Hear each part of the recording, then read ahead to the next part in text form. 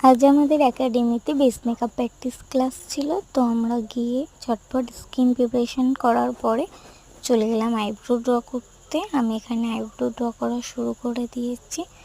আস্তে আস্তে eyebrow draw হয়ে যাওয়ার পর আমরা একটা ভিডিও ক্লিপ নেওয়ার জন্য একটু নর্মাল আইব্রো পেন্সিল দিয়ে এরকম সেট করছিলাম আইব্রোটাকে।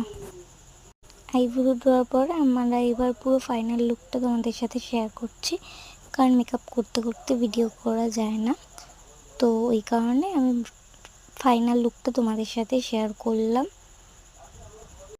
ফাইনাল লুকটা কেমন লাগলো জানিও সবাই আমাকে।